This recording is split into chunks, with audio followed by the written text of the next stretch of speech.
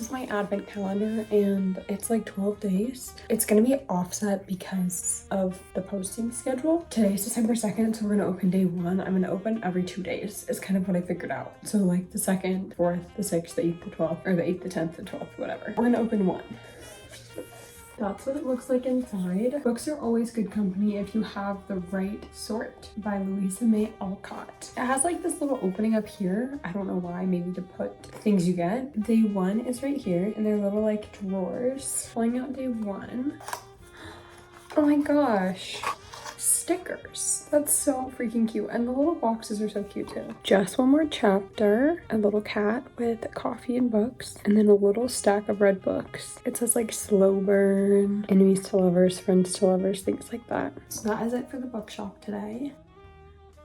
Quite more. Welcome to, what day is it? Welcome to day 4. Oh my god, day 4. That's so many days already. I don't know how I'm doing this. I'm also studying for exams. Day 4 today is telling you 15 books that I want to read in 2026. I need to make sure I don't type in 2025 in the description or anything because that would be bad and embarrassing. We're just gonna go ahead and get right into the 15. Half of these are from my TBR like physically, and then half are just books that I've seen or have on my Kindle or other things that I would like to read in 2026. Just in general, or things that I've had my eye on for a while, but there will be a separate day for new releases of 2025 or of 2026. Oh my god, I'm doing it again. So keep an eye out for that. Starting with number 1, we have 11/22/63, and let me look and double check that I got the title of that right, because every time I want to say like 68, 64, 11/23, whatever, like I mess up the numbers. But 11/22/63, which is a Stephen King book. I've never read a Stephen King book. I have been told it's about the Kennedy assassination, and it's like jumping back in time so that if someone were to stop the Kennedy assassination, it like is the events from there, or someone does stop the Kennedy assassination, and then you see like the repercussions. But that could be completely false, something that I made up that I thought I saw on the internet. From what I know, it has something to do with the Kennedy assassination, and I don't think it's like horror in the way of like gore and jump scares and things like that. I think it's more like theoretical, or like, I don't want to say theological because theology is religion, but it seems like a word that would fit in this situation. What's the word I'm looking for? Psychological, not theological. Psychological horror is kind of what I think the direction is. However, I really don't know anything about it. All I know is it's huge. I really love the cover. It's got like newsprint on it and it has red. I love the color red. One of my favorite colors, as you could not probably tell. That's kind of all I know about that one. I really don't know that much, but I know I want to get into Stephen King because everyone loves him and I feel like I should also love him as a reader. Book number 2, Fairy Tale by Veronica Lansett. This has been on a number of TBRs in the past year when I got it, and I really want to read it. I think it is also a little scary, but as far as I know, it's a fantasy romance. I know that it's set in a town called Fairytale, and I know that it's a little bit creepy because you think it's a little bit like Don't Worry Darling, the movie with Harry Styles and Florence Pugh, where you go and you think it's this really nice place and then it kind of turns out to be sinister. So that's what I know about Fairytale. I also know it's quite long. A lot of the books on this list are actually pretty long. I want to read a lot more long books, not because they're long, but I want to stop reading just short books for the sake of getting numbers in, and I want to really focus on reading things I think I will really enjoy, and those tend to be longer books. So that's why I have a lot of longer books on this list, and also I try and put off longer books more than I put off shorter books, so I feel like I have more of them on my TBR at the moment. Number 3, Reign of Shadow and Endings. This is a book that I bought because I was watching Madison Kate on YouTube, and then she was raving about this, and I was like, you know what, I don't need any more convincing, I'm gonna purchase it. So I purchased all 4 books in the series, and now I own all 4 books, which is great because they're all the indie copies, and also terrible because I own all 4 books and I haven't read a single one. I'm going to read Reign of Shadows and Endings this coming up year because I know it's a fantasy romance series that follows like gods, and they have these servants who provide them power. The Fae are like serving the gods. Everyone thinks it's like this great thing, but in actuality it's kind of just slavery, and the girl that we're following is like, hey guys, it's kind of slavery. And so she, I think, probably rebels. I have no idea, but I am looking forward to it. And also I love the covers. I just got the 4th one, the 4th indie edition in the mail that just came out, so very thankful to have those. Number 4, Releasing 10. This is the last book of the Boys of Talon series that has come out so far. I read the first book and hated it, so I think me continuing on was a good decision because now I'm kind of hooked, especially with Taming 7. Following Gibbsy, heartbreaking. Oh my god, that was probably my favorite story that I've read so far. Johnny and Shannon, least favorite couple, then probably Joey and Aoife, then Claire and Gibbsy. Claire and Gibbsy, I don't know, it just sparked something in my heart. Everyone hated Taming 7 because they thought that Lizzie was in it way too much. I disagree. I think Lizzie was in it the perfect amount because if Lizzie wasn't there, it wouldn't have made sense. Like, the story wouldn't have made sense. I'm not thankful Lizzie was there, I wouldn't say that, but I definitely see why she had to be, and I appreciate that for what it is in the story. Lizzie as a character, not my favorite, which is totally okay, but I can't wait to read her book. And also I could wait very many years because apparently it's devastating. Like, look up the trigger warnings, devastating. And I have an idea of what's gonna happen in that book because I read Taming 7 and I see everyone being like, don't read this, it's so traumatic, and I'm a little bit scared. I keep saying excited, but I'm not excited to read it. I am anticipating reading it. Excited might not be the right word for this context. You get what I mean, I feel. Book 5. City of Gods and Monsters. This is one that I also saw someone raving about. I think it might have been The Raven-Haired Reader. I immediately bought it because what am I if not easily persuaded by influencers and capitalism? So I immediately bought it and it arrived, and then I haven't read it, and I probably should have because, again, it's just huge. I think that's why I haven't read it, is because it's so gigantic and daunting. Also, like 3 other books out in that series, maybe 4, and more coming out that are equally as long, if not longer,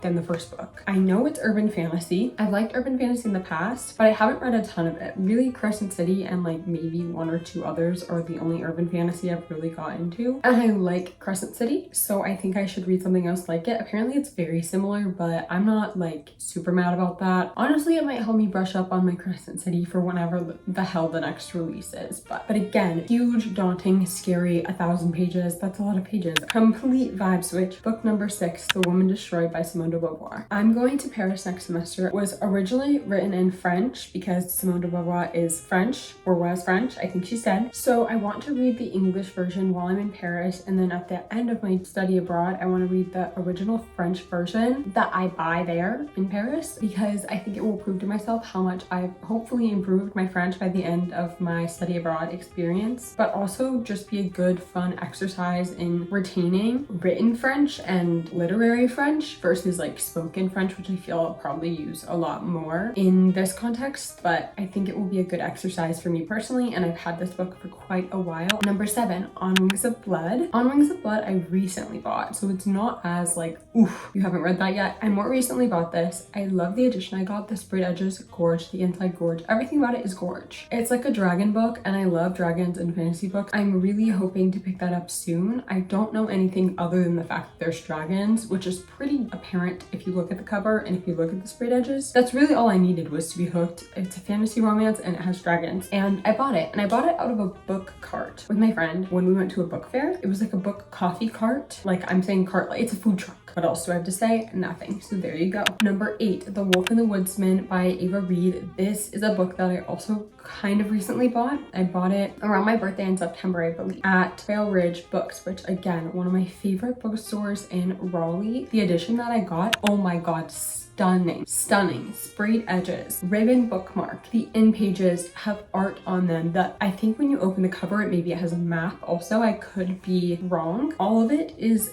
absolutely gorgeous, and the front cover, the illustration, the art, oh my god, I need to look up who the artist was because it is really so gorgeous and I love it. The only reason I bought it was because the edition, the cover, it looks so beautiful, and I was like, obviously the book is going to be beautiful because the cover is beautiful, which isn't always true, but in my mind it is, and I'm very superficial and we know this. Next, another cover draw in for me, Bourbon and Lies. This I'm simply drawn in because of the cover, and I think it's a series. There's a lot of covers that have been coming out recently that look like this, and every one I'm like, yeah, I want to read that. Yes, that art style appeals to me. Yes, I want to read that. Looks sexy, looks amazing. I want it. So that's kind of really all I know about this. I'm assuming it's a romance, and I think it's a cowboy romance, but I don't really know much else. I think it will be probably very smutty, and you know, sometimes it's up my alley, sometimes I hate it. Number 10, Nocticadia. This is a fantasy dark romance, I think. I get Nocticadia, the Book of Azrael, Anathema, like all of those converge much to me for some reason. I think it's because they have the same kind of vibe in their cover. I think it's like professor student maybe in the romance, but I think it's like about a magic school, or not a magic school, but like a school or a university with like alchemy maybe, or something along those lines. I honestly have no idea. I've just heard people rave about it. I always get FOMO. When I skip class, I get FOMO. So like I really get FOMO about any damn thing ever. So I'm getting FOMO about Nocticadia and I want to read it. Number 11, The Eyes Are the Best Part. I think it's by Monica Kim. It is, as far as I know, a horror. This cover drew me in.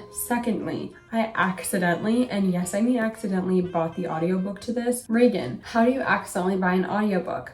I don't know, but somehow I managed it and it ended up in my Audible library. I think it was on sale and I clicked on it to like see what it was about, and then I actually ended up buying it somehow. Now I have to read it because I bought it, and also I wanted to read it because I did click on it, but I wasn't going to buy it necessarily on Audible, but I ended up buying it. I'm not really into horror, but I think I could be. However, I'm easily scared and I have nightmares. So those two things contradict. Like, it's the same thing with K-pop. It's like I believe in myself that I could get into K-pop. However, I don't have the money and I don't want to because I don't need another hobby that costs a lot of money. Same thing for horror. I know I could get into the genre. I know I could like it, but I don't want to have nightmares and be scared all the time. Number 12, Calabasas. And we're gonna go ahead and talk about number 13, Babel, both by R.F. Kuang. I've been wanting to read Babel for like a long time. I originally, when it came out, I was like, no, that's gonna be too much for me, not really my vibe. Now I'm thinking it's going to be right up my alley. Calabasas, I have no idea what it's about, and it has a sick cover. Love the cover. It looks like that movie where there's prisoners on each floor and then the food goes from like the floors, and then the last people to get the food have all the scraps and the leftovers. So that's kind of what the vibe of the cover is giving me. However, I don't think that has much with anything to do with the book. Number 14, The Ever King, a fantasy romance. I think it has to do with pirates and fae. That's really all I needed to know for me to be sold. Also, when I looked up the cover for this video, I saw some fan art for it, and oh my god, now I'm even more sold. I knew I wanted to read this. I love pirates. Can I just say that? I really love pirates in books. I also really love fae. If you mix the two, you know what? I'm really a lover of anything. Werewolves, pirates, anything fictional, really, it sells me. So when I saw a pirate and a fae together in an art print, I was like, yeah, that's really all I needed. And it also kind of plays off like Neverland and like Peter Pan, kind of based on the cover, based on what I've read, that kind of stuff. And Peter Pan is my favorite fucking movie of all time, or one of my favorite movies of all time for nostalgic purposes, and just like the storyline, one of my favorite storylines ever. I think I will be a fan of this. Number 15, Rouge by Mona Awad. I recently read, in October, I read Bunny by Mona Awad. Very cult. Also, if you like the movie Fight Club, if you like Fight Club, read Bunny, read Mona Awad. I've only read Bunny, so I'm really just generalizing here. Rouge, I think, is another cult vibes book, and it's also by Mona Awad, and I loved Bunny, so I'm really hoping I'm gonna like Rouge. I also like the cover of Rouge a lot better. With my superficial ass, when the cover looks good, I'm like, yes, that one, I pick you. So that's kind of why I put this specific Mona Awad on this list. Those are the 15 books that I want to read in 2026. I was gonna do a 26 in 2026, but 26 books is like a quarter of the books that I'm probably gonna read, maybe more. So I was like, that's a lot to be like, yes, that's on my list. So I picked 15. I felt like that was more manageable. I felt like I got a lot of my physical TBR in there, and some books that aren't directly on my physical TBR, but maybe are on my audiobook TBR, my Kindle TBR. That's really all for me today. I will be having a video tomorrow, and I think it's book shopping. One of my favorite things to do on this planet. So make sure you watch that. Check out my Etsy in the description if you would like to buy a gift for a reader or yourself. You know the drill. There's all those buttons. Hit them. I love you so much. I will see you tomorrow for day 5. Bye.